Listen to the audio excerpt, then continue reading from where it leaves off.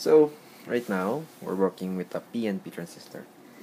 The problem is, hindi sapat ang voltage digital high ng ating Arduino board to fully close the system.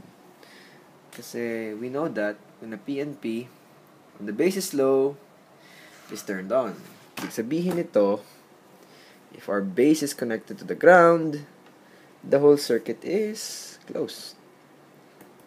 But when the base is high, it's open. So we need to supply kailangan mag-supply ng equal amount of voltage coming from the emitter to make the system closed. Open. So what will happen is, if we short this to the ground,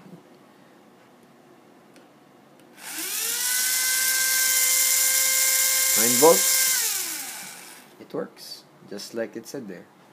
Pero if you put it to pin 5, try to run it,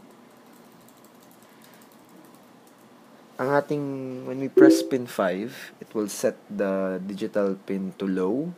Digital pin low is directly to the ground, and there you go. Pag na-release nyo ang so what happened here, okay, let me explain.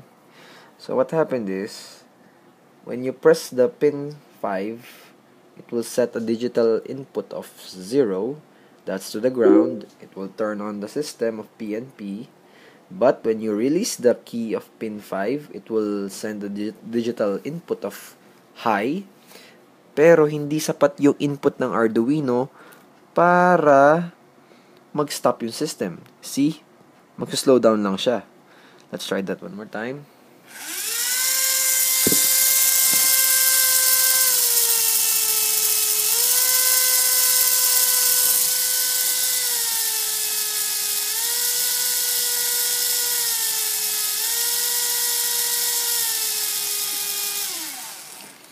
Right now, as you can see,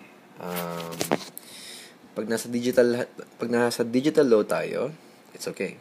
The system is closed. Pero if we want to turn off the PNP, we need to supply that amount of voltage to the emitter para mag-close siya. As you can see, nagda-drop siya. So, kulang tayo ng 4 volts. Nagda-drop siya from 9. From 9, punta siya sa 4. So, ibig sabihin, yung input voltage na pumapasok sa ating base is 5 volts. And that's the capacity of Arduino. So, we are lacking 4 volts to supply to the emitter para mag-close, para mag-open system siya. How are we gonna do it? High side switching.